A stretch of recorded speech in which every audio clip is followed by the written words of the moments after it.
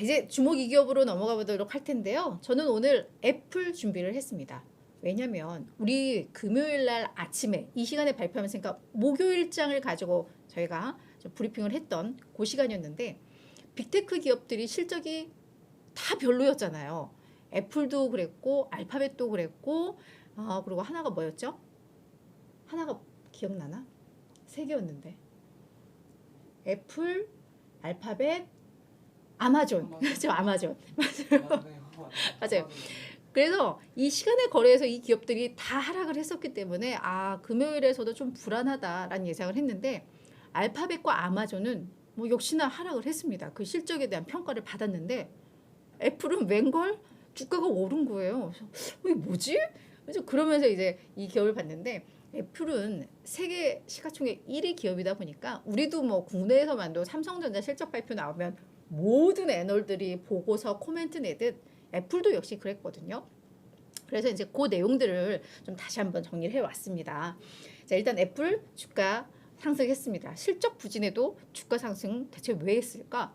그리고 월가의 애널리스트들은 이 애플에 대해서 어떤 코멘트를 했을까? 오늘은 그거를 정리해보는 시간으로 준비를 했습니다. 자, 일단 실적을 먼저 다시 한번 좀 세부적으로 내용을 좀 볼게요. 자, 2023 회계연도 1분기 실적을 목요일 장 마감 후에 발표를 했죠. 매출은 우리 그날도 봤지만 예상 밑돌았습니다. 전년 대비로도 5.5% 매출이 감소를 했는데, 이게 어떤 의미가 있었냐? 2019년 이후 첫 매출 감소였고, 5.5%라는 매출 감소율, 이게 2016년 이후 최대 감소폭이었습니다. 그러니까 얘들은 꾸준히 우상향했다가 이번에 뭔가 이게 좀 꺾여버린, 그러면서 이제 시장에 충격을 준 거죠. 여기에 EPS도 역시 시장 예상치보다 못했죠. 시장에서는 1.94달러 예상을 했는데 1.88달러에 그쳤습니다. 전년 대비로는 10% 넘게 좀 감소를 한 그런 상황입니다. 다만 실적 발표에서 그나마 위안을 삼을 수 있던 부분은 요 총 마진 부분이었거든요. 총 마진은 거의 뭐 43% 기록하면서 예상 수준을 소폭 웃돈 그런 상황입니다. 자, 애플의 주요 사업 부문별, 제품별 이 내용을 좀 보면 그게 이제 왼쪽 지표인데요. 아이폰, 사실 아이폰이 가장 좀 충격이었죠. 시장에서는 720억 달러 정도 매출이 나올 것으로 예상했는데 이게 660억 달러 정도 수준에 그친 겁니다. 전년 대비 그러니까 8% 정도 아이폰 매출이 감소를 한 것인데, 자, 아이폰 매출을 감소한 것은 이유가 좀 분명했죠. 중국 공장에서의 이 생산 차질 문제, 그리고 거기에는 이제 수요 둔화 이 이슈가 있었는데, 일단 애플 측에서는 중국 공장 생산 차질 요걸 일단 이유로 설명을 했습니다. 자, 두 번째 또 하나의 충격도 맥이었습니다. 맥도 시장 예상보다 크게 좀 부족했고, 전년 대비로도 감소폭이 거의 29%에 달했거든요. 근데 맥이 왜 이렇게 매출이 부진했지 봤더니, 이게 2021년에는, 그러니까 전년도에는 이게 그 맥 프로 이 버전의 업데이트가 좀 있었는데, 이번 4분기에는 맥에 대한 프로라던가 미니에 대한 업데이트나 이런 게 전혀 좀 없었던 것 같습니다. 그러니까 뭔가 신제품이 나오고 업데이트가 나오면 매출이 느는데, 전년 동기와 비교했을 때 전년에는 있었는데 이번 4분기에는 없었으니까 거기에서 이제 좀 감소를 기록한 것으로 좀 해석이 되고요. 반면 아이패드는 30% 가까이 매출이 증가를 했는데, 결국은 보니까 아이패드 프로에 대한 업데이트가 있었고 또 개선된 보급형 모델을 출시한 부분이 있어서 이게 이제 매출 성장에 어느 정도 긍정적인 영향을 미친 것 같습니다. 자, 웨어러블. 이 웨어러블은 애플 워치, 애플 TV, 에어팟 이런 게 다 포함되는 그런 사업 부문인데, 역시나 8.2% 감소한 것으로 나왔는데요.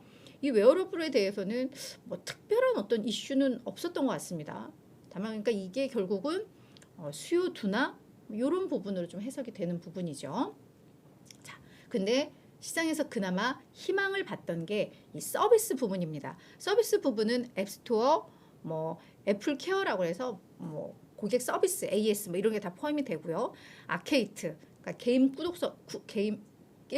구독 서비스, 그리고 뭐 뉴스 플러스라고 해서 뉴스 잡지 구독 서비스, 뭐 이런 게 다 포함되는 부분인데 서비스 매출은 6.7%나 증가를 했거든요. 근데 이게 사상 최대 매출 기록으로 또 집계가 됐습니다. 그래서 그런 부분에 있어서 서비스 매출 괜찮으면 그래도 희망이 있지라는 좀 해석을 하고 있는 것 같은데, 서비스 매출이 또 늘어난 것은 가격 인상이 좀 있었던 것 같아요. 그래서 뭐 뮤직 같은 경우에 월 1달러 인상하고 애플 TV 플러스도 2달러 좀 인상을 하면서 뭐 그런 효과들이 좀 맞물렸던 것으로 보입니다.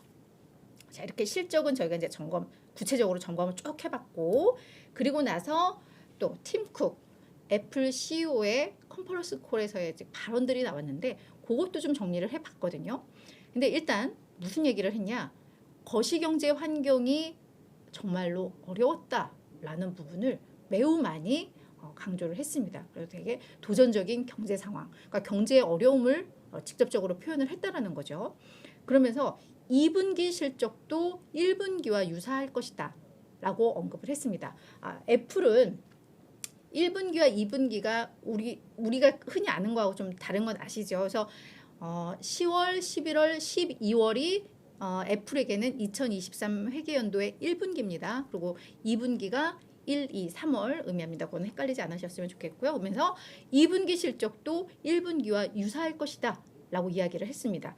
그래서 이 실적을 잠깐 보시면 이게 2017년부터 분기별 실적인데요. 보면 계속 1분기에 매출이 그냥 볼록볼록볼록 다 튀어나와 있죠. 왜? 애플은 주로 신제품을 9월에 발표를 합니다. 공개를 하죠. 그렇기 때문에 이게 그러니까 9월이 포함되는 건 그냥 우리 쉽게 애플에 맞추지 않고 그냥 1분기, 2분기 우리가 아는 분기별로 해서 제가 말씀을 드릴게요. 이게 자꾸 그걸 설명하려고 하다 보니까 자꾸 이게 말이 꼬여가지고 9월이 속한 3분기 여러분 안 헷갈리시겠죠? 제가 이렇게 얘기를 해도 그죠? 네, 그래서 그러면 그냥 월로 얘기를 할게요.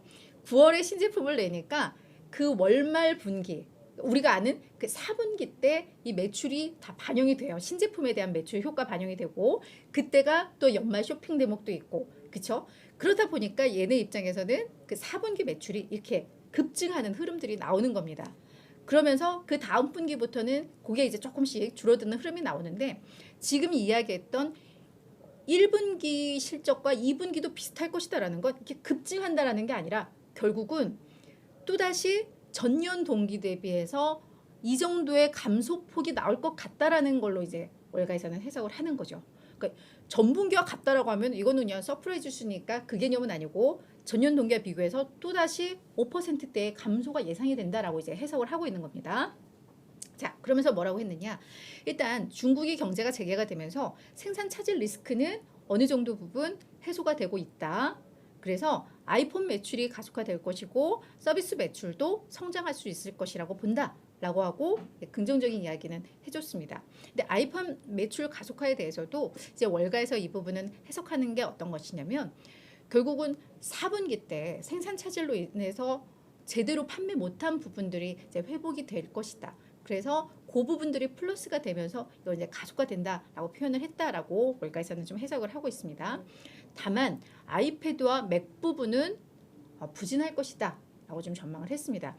애플은 워낙에 어떤 가이던스로 남들처럼 수치로 제공하거나 구체적으로 하지 않기 때문에 월가에서는 그에 대한 불만들이 좀 나와요. 그래서 이번 이런 가이던스에 대해서도 완전 무슨 빵 부스러기 가이던스였다라고 약간 비판의 소리들도 있었는데 그렇기 때문에 어떤 멘트들에 대해서 월가에서 그걸 이제 이렇게 계속 해석을 하는 뭐 그런 상황이죠. 그래서 이번 이 컨퍼런스 콜 내용에 대해서 조금 불만스러웠던 것은 웨어러블에 대한 또 언급이 전혀 없었다라는 데 대해서 약간의 또 불평들이 좀 있었습니다. 이번에 그렇잖아도 매출이 8% 넘게 감소를 했는데 이에 대한 뭔가 전망이 없었다라는 것에 대해서 약간 실망이 있었고 또한 뭐 광고 시장도 둔화되고 있고 그리고 모바일 게임 산업도 상당히 어려운 이런 상황에서 글쎄요 서비스 매출이 성장한다라는 이 자신감의 근거는 뭘까?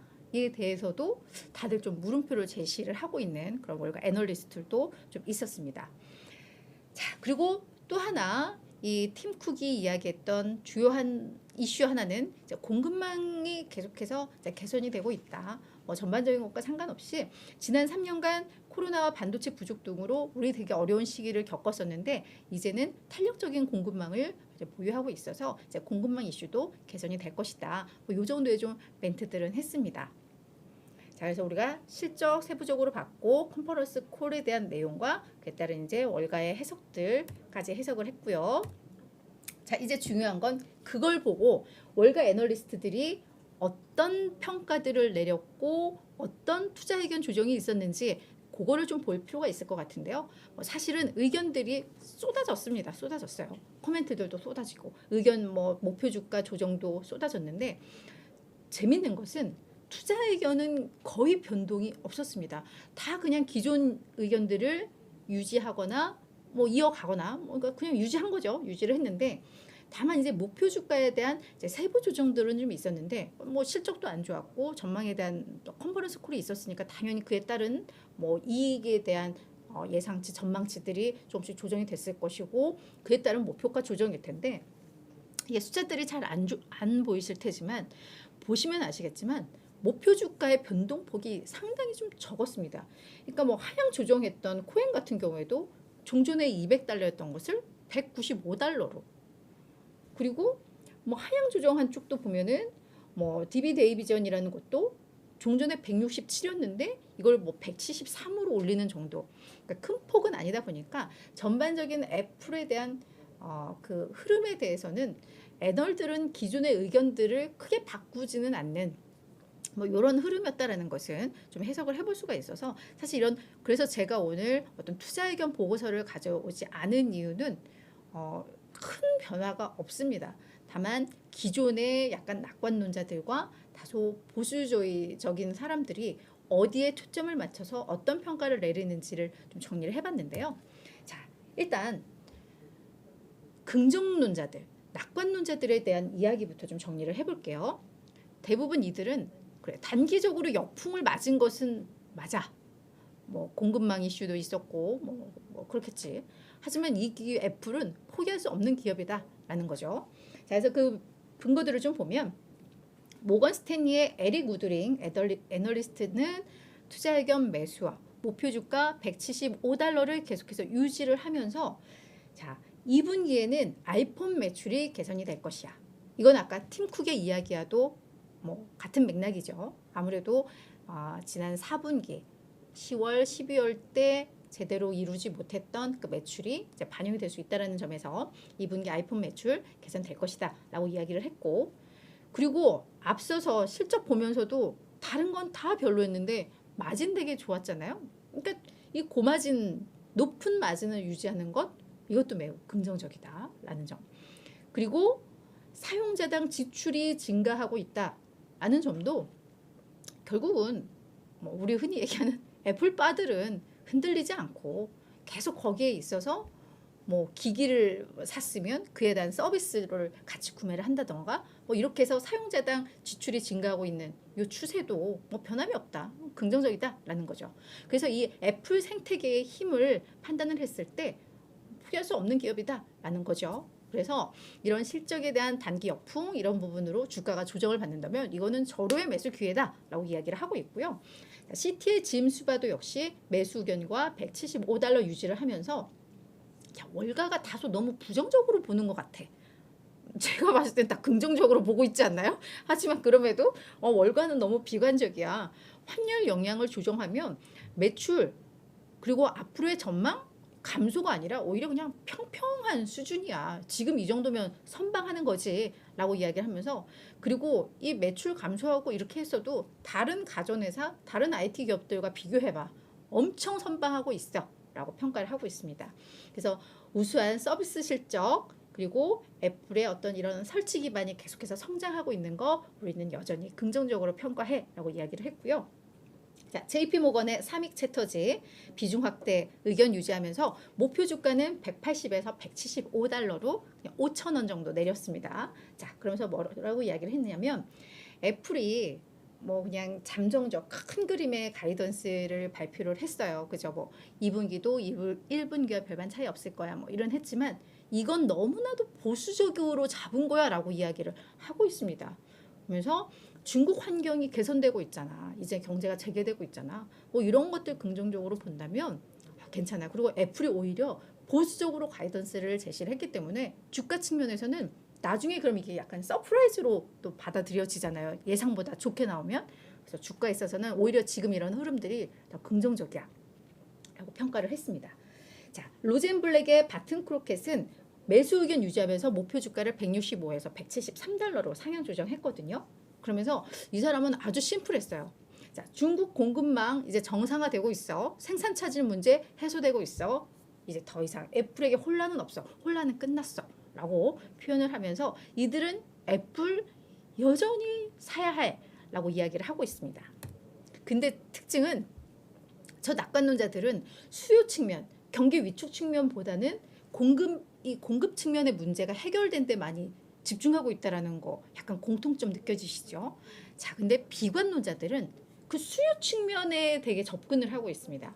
거시경제의 애플도 결국은 발목이 잡힐 거야라는 게 이들 비관론자들의 의견인데요. 근데 이 비중을 보시면 아시겠지만 낙관론자들이 훨씬 더 우세한 그런 상황입니다.